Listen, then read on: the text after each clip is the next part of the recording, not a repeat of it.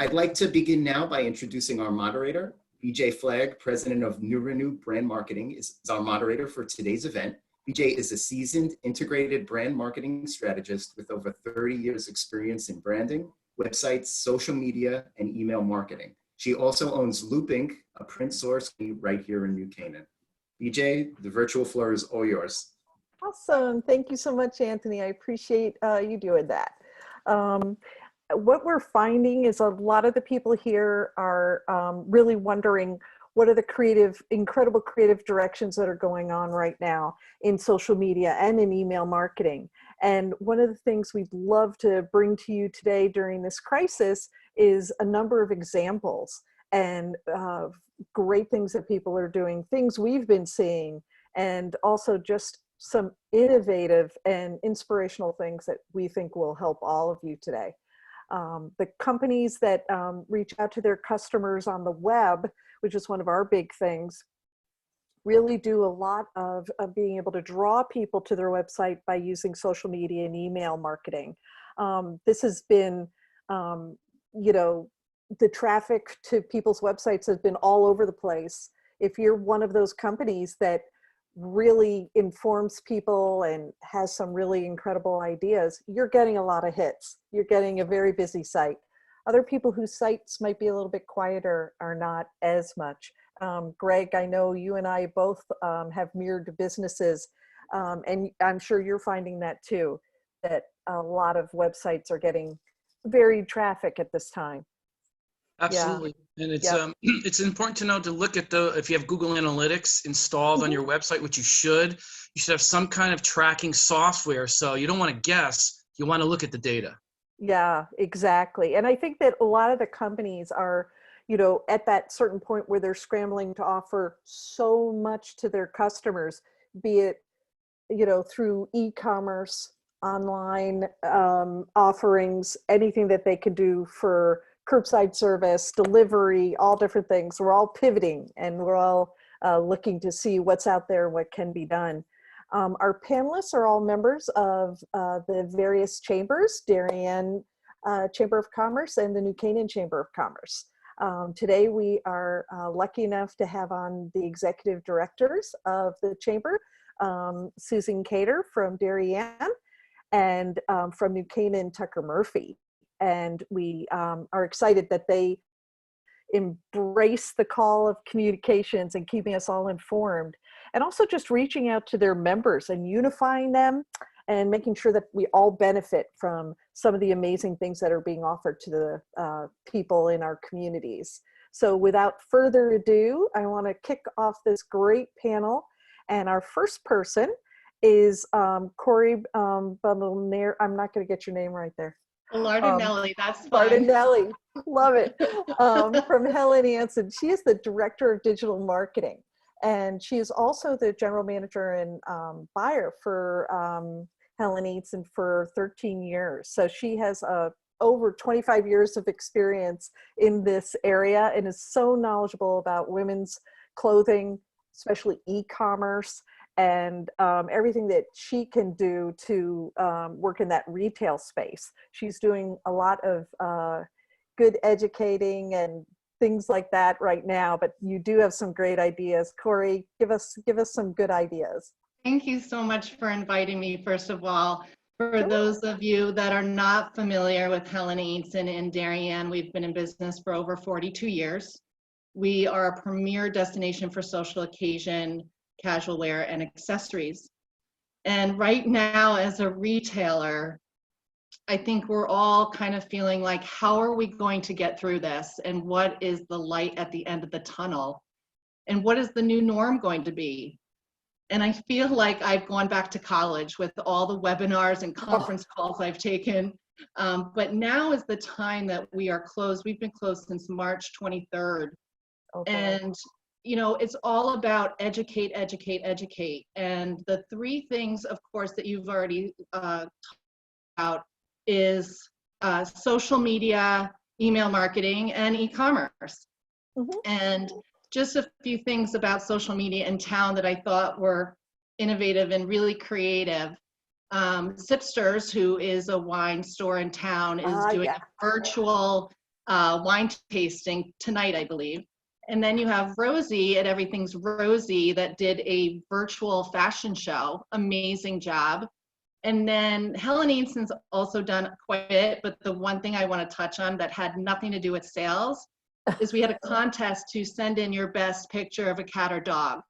Oh my And gosh. you won $100. So the end result of that was that the customer called and said, I would like to match that gift certificate because Oh my my neighbor is a ICU nurse at Stanford Hospital and I would like to match it. And so she gave her the gift certificate.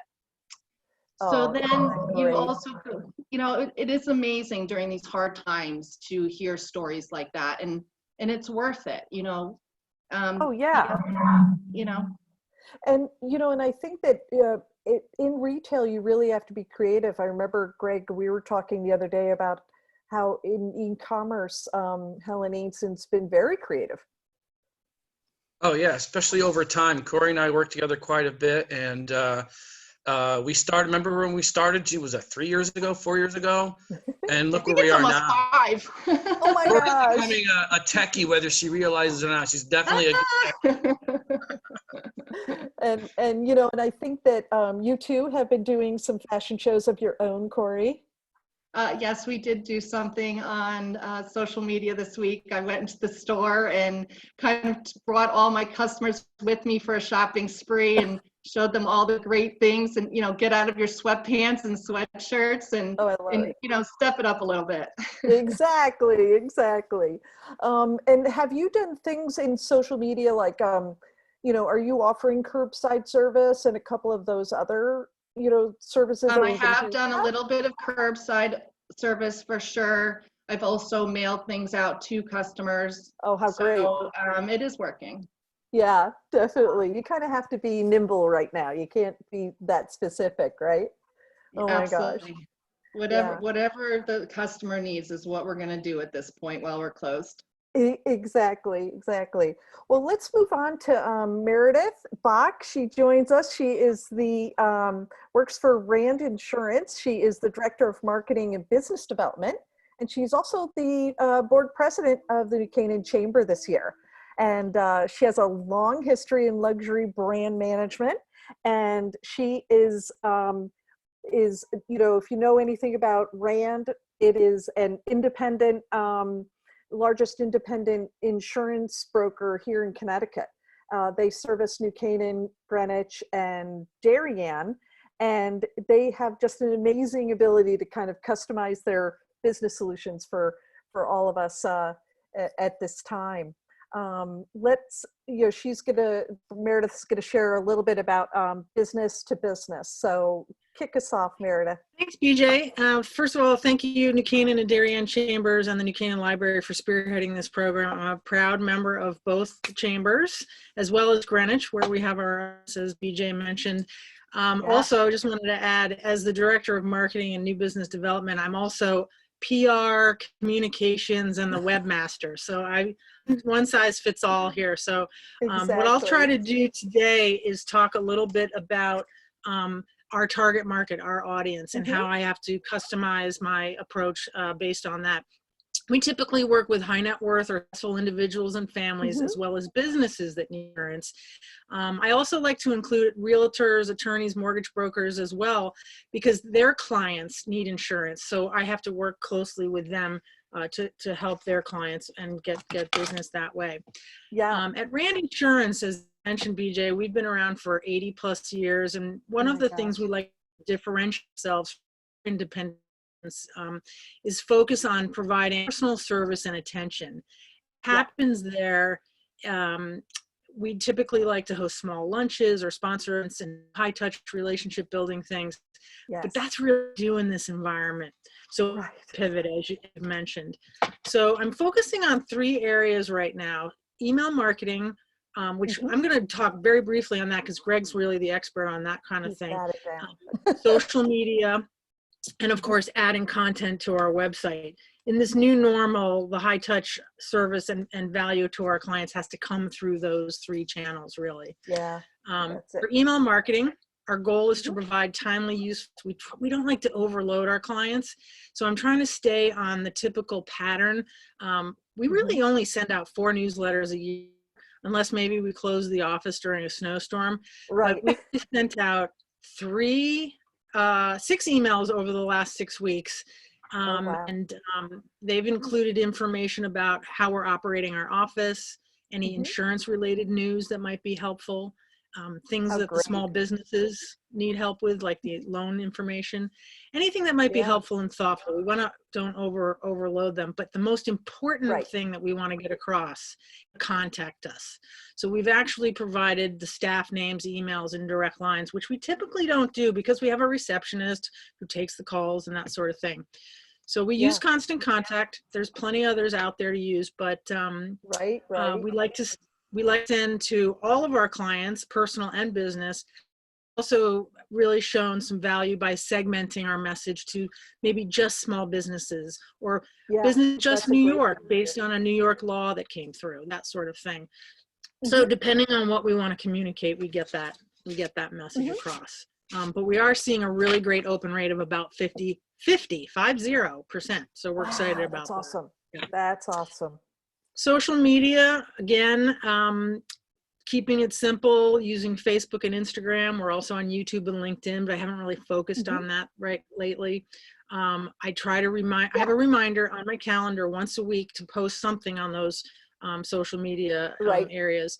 I've tried to maintain that schedule, but every once in a while I find that I need to add a few more bits of message. We like to focus on what the community's doing, get the information out there, maybe a simple tip or a simple piece of news, but I really find it's important to include imagery and video. That's the way to grab attention to people. I also suggest while your kids are at home, while your high school, college kids are home, get a lesson from them on Instagram or Facebook. They really have the simple way to explain, to make it easier, make it more fun. I was texting with my niece last night who does the for the sports at Georgetown University, and she said, I like the way Instagram offers something, and she also tested Canva, which was another one. But the key also, before I forget, is on all of the channels, it's really important to think about your tone and not be too salesy, because then that might set people off a little bit. Yeah, one of the things that you had mentioned, Meredith, the other day was just be thoughtful. Be thoughtful, you know, and relevant. That's true. Keep it simple and be thoughtful. All right. And then, the other thing is, if you're lucky enough to have an art department within your company, get them to create a really cool template for you so that, you know, on Adobe or however they create something. And that way you can send out a consistent brandage. And that's something that we're trying to build at RAND soon. But I'm tweaking things and trying to keep it engaging. Exactly. And keeping it going, which is the best thing ever. Well, let's move on. Oh, you have one more? I just want one last point about the website. We drive a lot of our social media followers and email recipients to our website, which we load with content more every day. I've been adding content several times a week with links to government sites, articles about insurance, tips for employers. And the more new content, the better for your search engine optimization. And we've actually seen our numbers double in visitors in March and so far in April. That's awesome. And I know both Greg and I were talking about that, and we're seeing such a huge jump in website traffic if you're making the right connections, if you're using your social media and your email to drive people to sites. Absolutely. Thank you. So we're going to move on to Krista Carr. Great to see you. She's nice to see you. Thank you for having me here as well. And so it's been wonderful. I mean, it's been also a great learning experience. We've, as the Glass House is sadly closed at this time, and it's a beautiful time of year, we're trying to share all that experience virtually. Yeah. So for a lot of nonprofits, it's one of those moments to share visually and in as much of a creative and authentic way your mission and vision. and put it through with the social media and online marketing through images and different ways of sharing all that one does. And for us, we've really tried to add more inspiration. So our exhibition that was planned, several exhibitions that were planned, we've made them online. And we've also tried to really engage through various other ways. Like we've done a quiz on our Instagram, like how much do you know about the Glass House, many different things like that. And also connected with other communities and other nonprofits.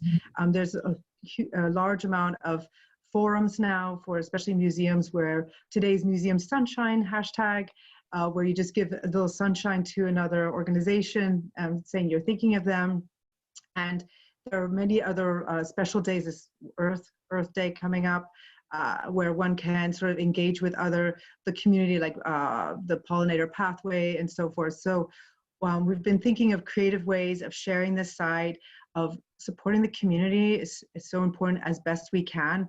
We are a nonprofit, and it's a shame that we can't be open, but we can still share and also make sure that we do as best we can to support our community in as little ways or as large ways as possible. So that's been a really actually a wonderful, we made a lot of virtual friends, and I look forward to when we can all actually meet again.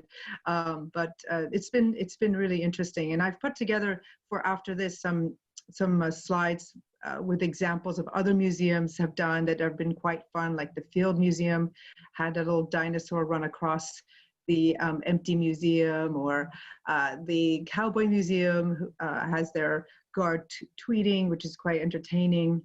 There are many ways of doing this in a way that reflects your organization and at the same time can keep one interested. In New Canaan, very kindly, Nancy Geary has shared with us their coloring book for the Historical Society, which was designed by the New Canaan High School. And so we're actually going to be sharing that in our email this week, and then we're also going to be putting it on our website for anyone to download. And it's fun for kids and grown-ups to relax and color in a little bit. Definitely. And I'm sure you're finding that through your creative marketing, you're also have you taken in anybody on a virtual tour, or have you seen other people doing virtual tours? There are some fantastic, wonderful virtual tours, and for museums, we're working with Google Culture right now to put together a virtual tour, which will be coming out, a series of them actually, because the site is 49 acres. So we have 14 structures.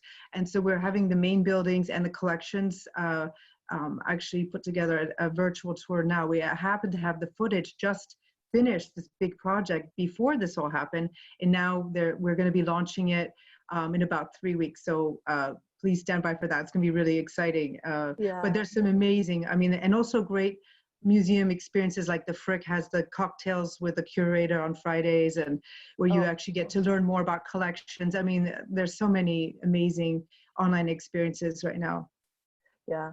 And do you find that, how are your open rates and things like that with your emails? Are you using email marketing at this time to kind of Yes, that's essential. And for, insights for Instagram. And we really look at what, interestingly, one of the posts we did was Alone in the Glass House, Philip Johnson just sitting there. And we had the most engagement with that and clicks through to our website and others. So I feel also it's important to resonate with the times. There are days when we are so excited and ready for the day, and there are moments when it's a moment of reflection, and I kind of get the feel of the moment, and we just connected with that post. I was going to say, I follow the Glass House on social media, and it's so fabulous. Every time you guys post something, it's so interesting. Thank you very much. It's wonderful to hear. Yeah, definitely. Well, we'll move on now to Greg. Greg joins us from Noble House Media. He is the digital production director there, and he is an active member of the Darien Chamber and helps them with their website. And he has been working in, he kind of keeps everybody going with all the web design and development, and is amazing with his group at the Noble House. And he joins us to talk about email marketing. Thanks, let's hear BJ. it. Appreciate it's nice to be here. Nice to see everybody. So we're hoping that everybody tuning in can at least pick up some pointers on some of the stuff we're talking about. It's easy to go down the rabbit hole with this stuff. So I'll try and just skim the surface, and hopefully you take some of these points away when you're thinking about your email marketing and how to go about it. So really quick, I would start off with subject lines. Subject lines are really, really important. There's a logical side to it, and then a clickbait type of thing, meaning you have to get really creative. The goal is to get that user to open that email. So you have to get really creative with it, not so much as logically what you're trying to do or what's in the email, but somebody that can really pique their interest, almost with a question mark or a question, something to intrigue them. Because you could have the best email in the world, but if nobody's opening it, it doesn't matter.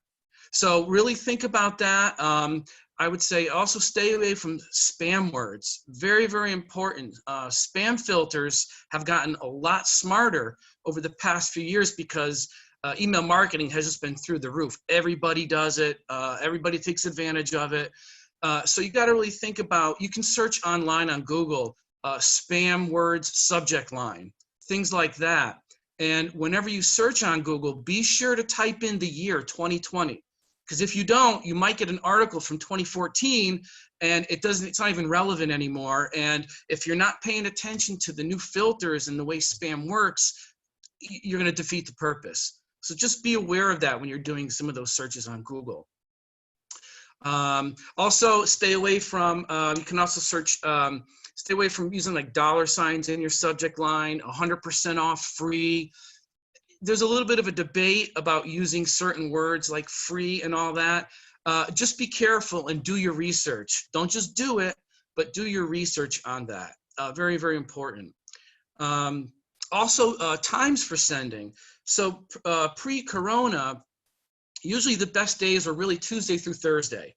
And that is from data that's been analyzed for some years now.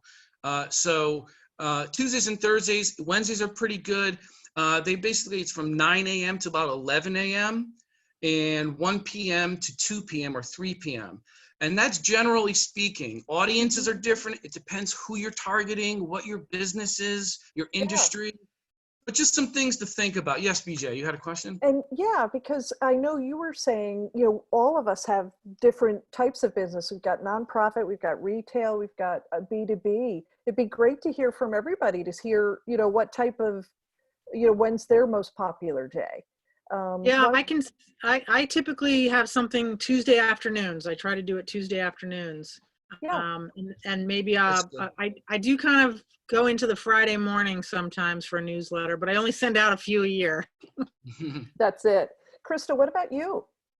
So before all this, those were exactly the timings for us, but I found that people have more time now. So in the museum, especially if you're sharing online content, the best can be 7 p.m. People are Thursdays and Fridays are opening and with a glass of wine and looking through or watching a video or have the time to do it. They note during the day, but there's been also, of course, there are good times in the mornings at 9, those classic times, but we've added a new time now, which is that evening sweet spot where you're just kind of recovering from the day and having time to yourself. And I know, Corey, you have a whole new way, whole other way to look at it. Well, I mean, we also do it on Tuesday mornings. That seems to be the sweet spot for us. I mean, we've tried it other days, but Tuesday mornings seem to be the best. That's good. That's good to see that. And Greg, what are you seeing as far as examples of people doing stuff right? I remember you and I got into a conversation about Palmer's. Right. So Palmer's here in Darien, great grocery store. We built their website as well. Their Google AdWords, email marketing, social media, etc. So basically, we wanted to put a campaign. They wanted to reach out for their catering. So in the website, we developed you can order online, basically. So we wanted to reach out to demographics. So they wanted us to in Long Island. They wanted a certain income in a certain area. So we have software that we work with Equifax and et cetera to get those lists. which is another topic that I won't go crazy with, but it's very important where you get your lists from. If you purchase them, make sure you get them clean, scrubbing. That's a whole nother topic in itself, but your list is Greg very, could go very on important. forever on that. Exactly. So we were able to pull a list together with those demographics, and literally within 10 minutes of that send, they got an order for a catering job for $30,000. Amazing. In 10 minutes, they called us. They didn't believe it. They're like, did you guys do this? Were you messing with us? No. Yes, we That's did. how powerful email marketing is, though. But when you do it right, you got to think of the scenarios. You want to make sure your domain name's not blacklisted. There's on and on and on. But when you do all that stuff, it works, and it's very, very powerful. Yeah. I remember you were talking about that one company. What was it? The roofing company? They had a great result. Yes. So with Signature Exteriors, they're a Connecticut-based company. They do roofing, vinyl siding, that kind of thing, and they turned to us for email marketing. So what our job was, we started out of the gate. Sometimes you have to do some testing with email marketing, right? It's not a surefire hit right out of the gate, but you use your data. What's your open rate? What's your click rate? You can do all rail. So you can set up a phone number and track, if somebody clicks on that phone number, you can track that data. The more things you can track, the better you're going to target your audience, right? Yeah. So we started out, generally speaking, and then we said, okay, let's put together, can we make some kind of offer? And this is even recent. So they were able to pull together deferring payments to 2022. Well, that's huge, right? We can work that into the subject line, into the content, etc. And we went from about a 28% open rate to a 46.4 open rate. Wow. So if you can get creative with specials, what can you offer? And work that in, you can do really, really well. Keep your subject line short. Some people have these long subject lines. Remember, they're going to get cut off. So you got to think of these things. And again, back to the spamming, be careful, test.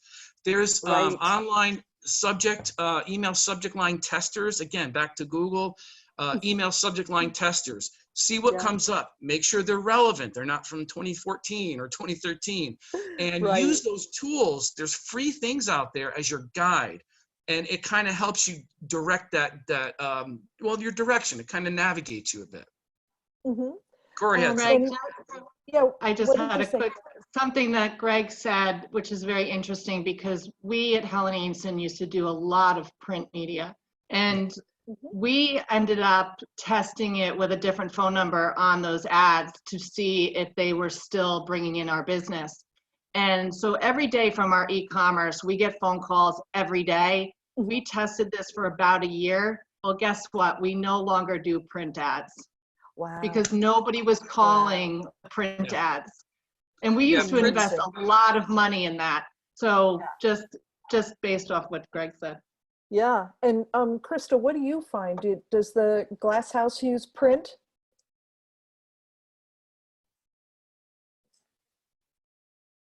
Oh, we can't hear you.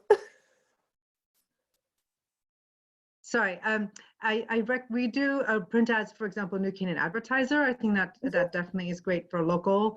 And we do also ads for Instagram ads and Facebook ads and town planner and different things. But every once in a while we were given a free ad in a major national. Sometimes they ask nonprofits. So Cultured has done that for us.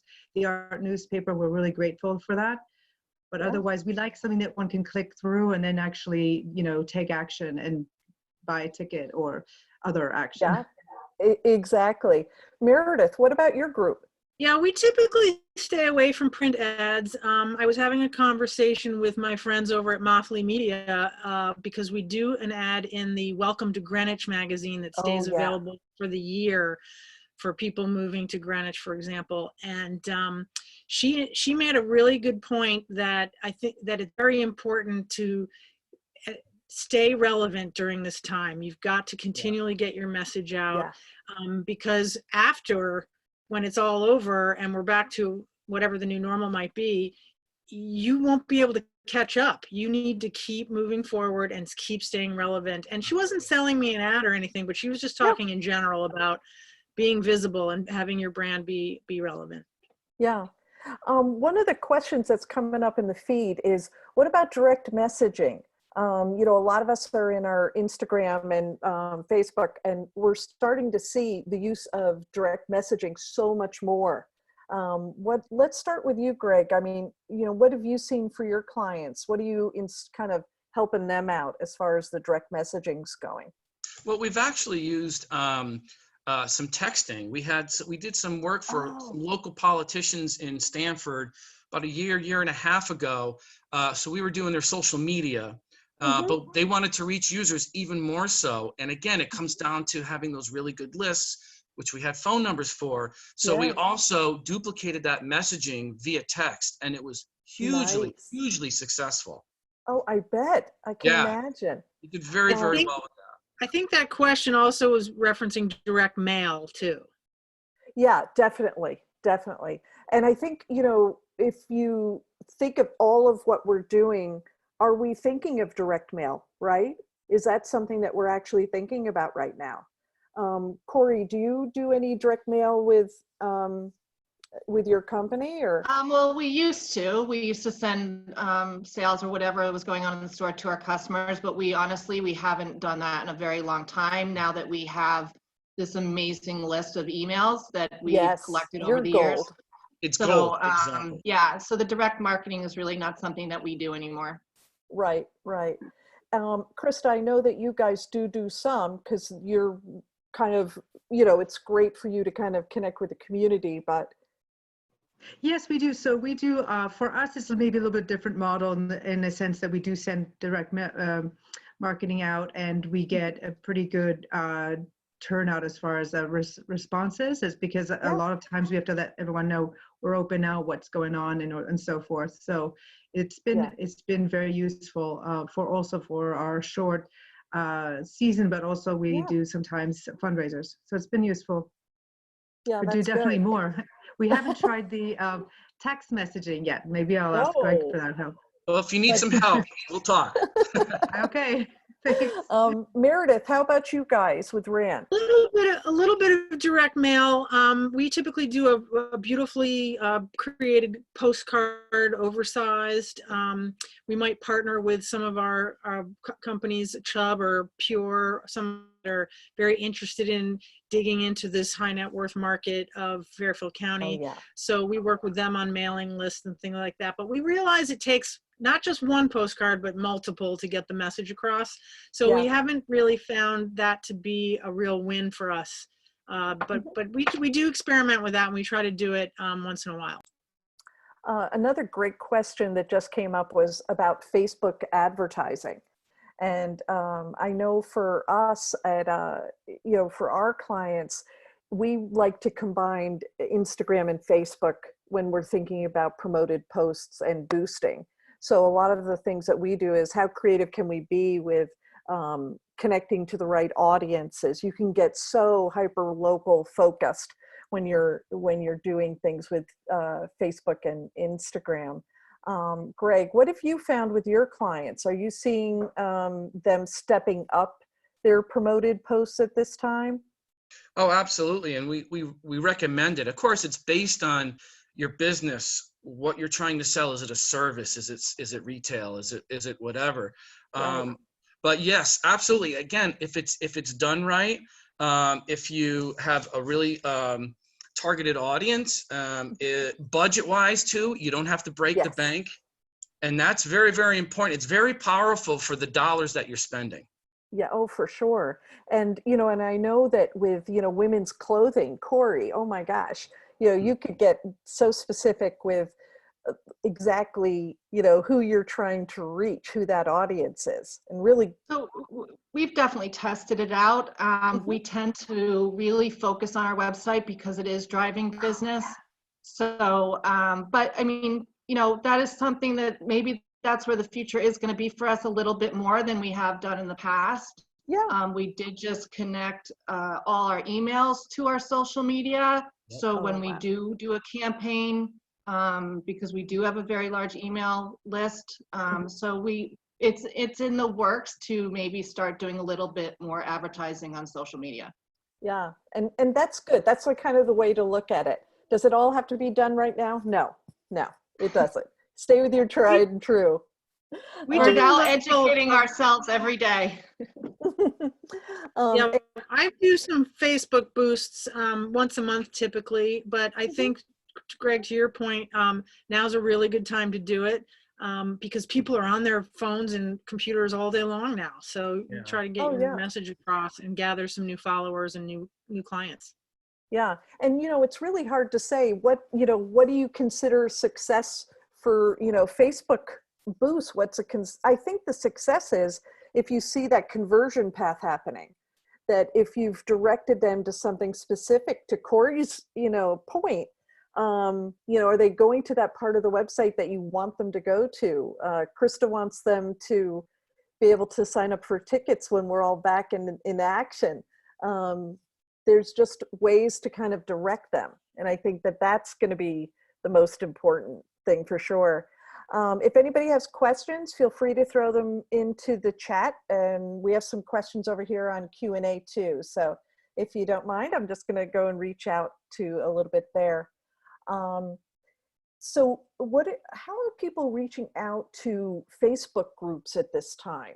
We are lucky in Darien and New Canaan to have very strong Facebook groups of all different kinds. Who wants to jump in and talk a little bit about using those Facebook groups? I will.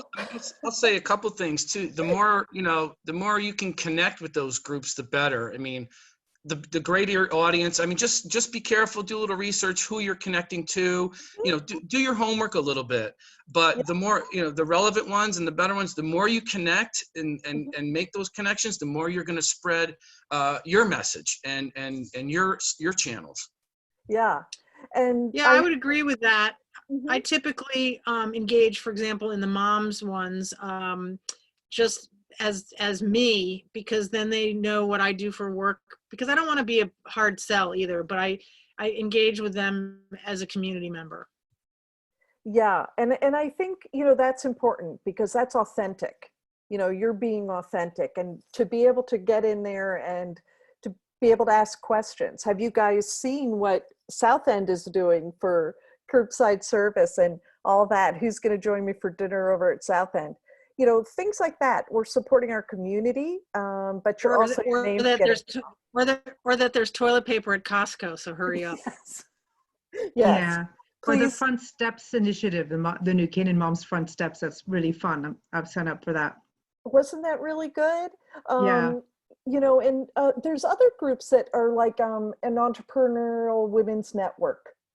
Things like that where you're targeting an audience and they would want to hear from you. You can be very specific. I heard that the New Canaan cooking one is getting a lot of play right now. But if you're in that type of a market and you want to be seen, great to go in there and kind of support them for sure. Let's see, we have another one here. Frequency. People are asking about frequency. How often are people going to be online? What's too much? What's not enough? That kind of thing. Corey, what are you finding with your social media? I don't know. I mean, it's definitely climbed.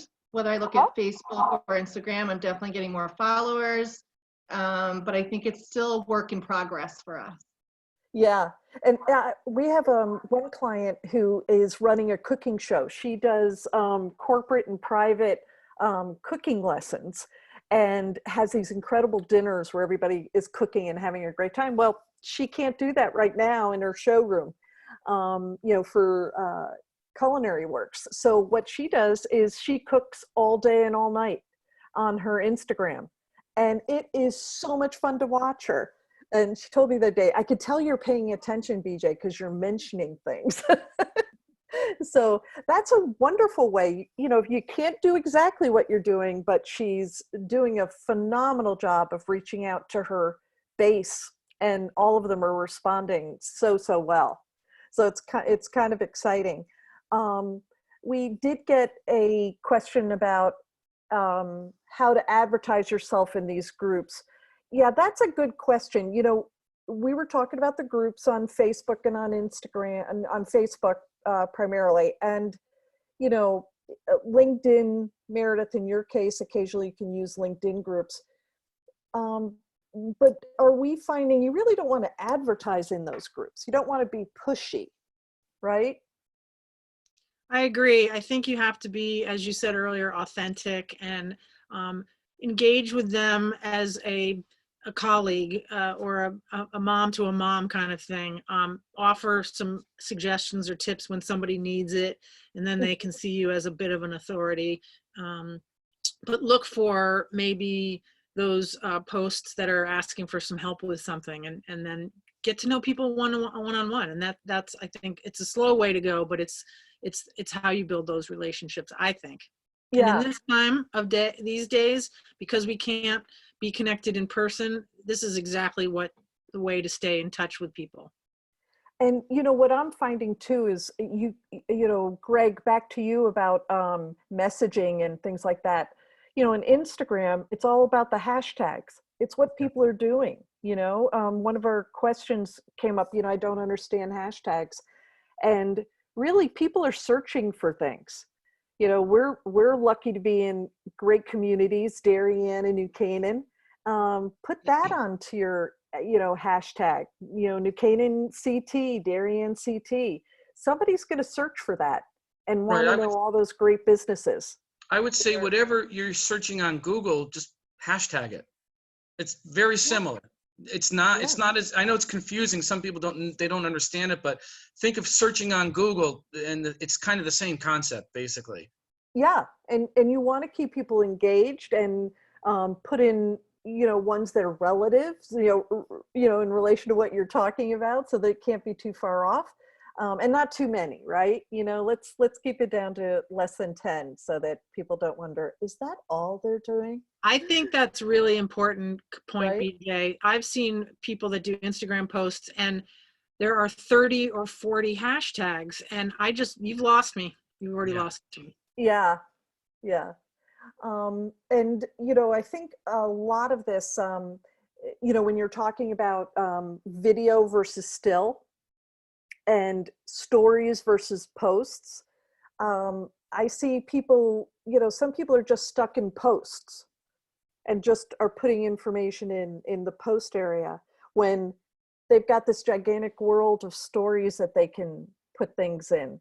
Krista, what have you guys been doing just from what have you been seeing, you know, that's creative?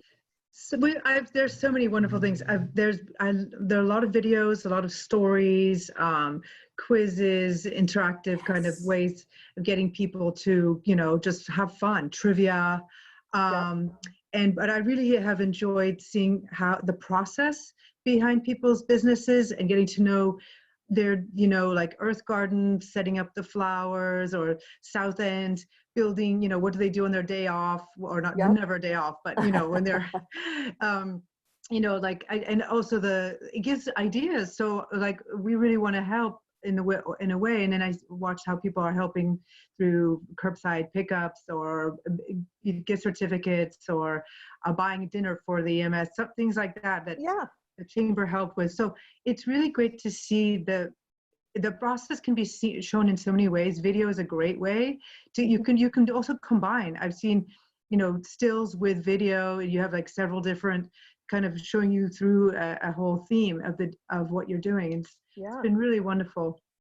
I'd like to add too that if you're following somebody that you really like what you see, you know, take some tips from that. Maybe it's a competitor, maybe it's just a product that you really like. But if you're experiencing an Instagram post from one of those categories, maybe take, you know, what is this slogan about copying somebody is the best compliment? Exactly. So take some of those tips.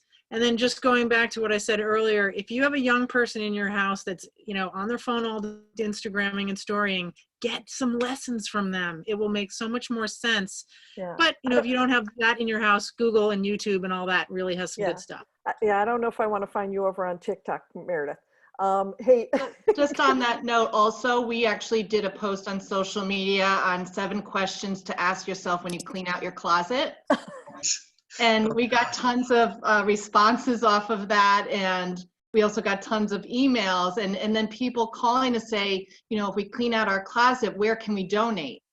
You know, one person I mentioned was person to person. Of course, I'm not 100% they're even open or taking donations at this point. But again, interaction and they all were very excited. Like, yes, of course, we're all home right now. We need to clean out our closet. right, Greg, yeah. Yeah, and to follow up with Corey, that's a great, it's a great way to talk about how to get all those opens, how to get the people to follow you, because it's so fun. The quirky stuff works.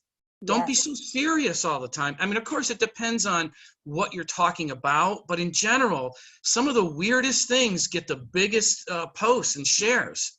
So have fun with it. And that's, I think, what Corey did, and it works. Yeah. I'll give you a quick example. When it was the anniversary of Woodstock, I posted something and I said, it was a picture of Joe Cocker and the whole audience was in front of him. And I said, I wonder what kind of event insurance they had. And I got so much activity off of that. You know, it reminds me of something that Greg and I were talking about the other day about musicians. Greg is a musician, and you were talking about just how innovative it's going to be.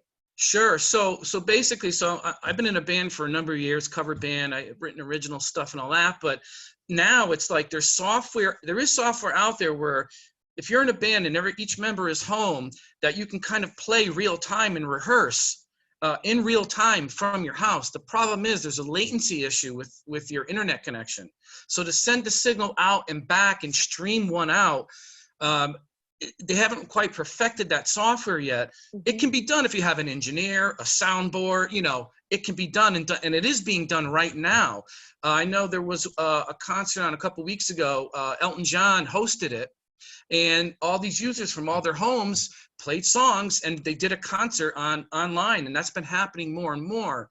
So a good thing maybe out of all this is you're going to see a lot more innovation. I think all that is, they're pushing the edge. They're going to keep pushing that out and out because people are seeing, oh, wow, look at what can get done online, especially the older population, right? Because they're not as tech savvy. And this is opening them up to e-commerce. So think about the boom that's going to happen from all this. It's sad with some of the things that are going on right now, but there's also positive stuff happening too. Yeah. We have a great business in New Canaan called Rock, Paper, Scissors Events. And obviously they can't have a physical event, but they started doing the virtual trivia. And what a hit. What a hit. They are amazing and hilarious. And we need a break. That is a break as far as I'm concerned. You know, I think a lot of people are thinking about those creative, should I try it? And you're like, yeah, go ahead and try it. This is the time to definitely try something new and interesting. Greg? Yeah, I just want to follow up with one point. Anyone out there that doesn't understand the technology, they don't know how to start, they don't know what to do, they don't know where to go. Google is God. Google is your friend. Just Google it, and you'll start to find, oh, that's how you do that. Oh, that's where you go for that. Just again, remember, look for more relevant posts from, you know, maybe 2018, 2019, 2020, rather than the old stuff. Yeah. And YouTube is a great source for instructional quick videos. YouTube for how to make a mask to how to use Instagram for the first time. Definitely. I know that some people were worried that, you know, reviews right now are not really getting any play and nothing's happening with that. Are anybody concerned about that right now? I almost feel like we're not concerned about that right now. Right? Yeah. You know, I think a lot of people are feeling that right now we're all together. We're all working together to make all this happen. You know, I have to say, based on reviews, is something we've done at the store, and you talk about direct mail. We at the store have all been in contact with our customers, not for sales, but just to see how they're all doing. And I think that's very important. Yeah. That's so huge, because I think connecting personally with people is the biggest thing. Well, listen, I want to thank the Darien Chamber of Commerce. I want to thank Susan Cater over there for everything she's doing. She's doing such an amazing job connecting with everyone, and we can't thank you enough, Susan. And a big shout out to both Tucker Murphy and Laura Budd from the New Canaan Chamber of Commerce. What incredible people. And not only are they keeping us informed of PPP and sign up for this and do this and make sure everything's happening, but they're really kind of keeping us all connected to the community to commerce, as they say, which is really thrilling. If you have questions for them, reach out to them personally. They're more than glad to help you at all. Obviously, if you want to become a member of any of those groups, we can all attest that being a member of the chamber is phenomenal. We also want to thank our host of today, which is the New Canaan Chamber, New Canaan Library. They've been phenomenal. And Anthony, thank you so much for everything that you're doing to kind of keep us on track and make sure it's happening. Reach out to any of these experts here. I've been thrilled to be your moderator today, and I can't thank you enough to being here. So thank you so much. Thank you. Thank you. Thank you. Thank you. Mm-hmm.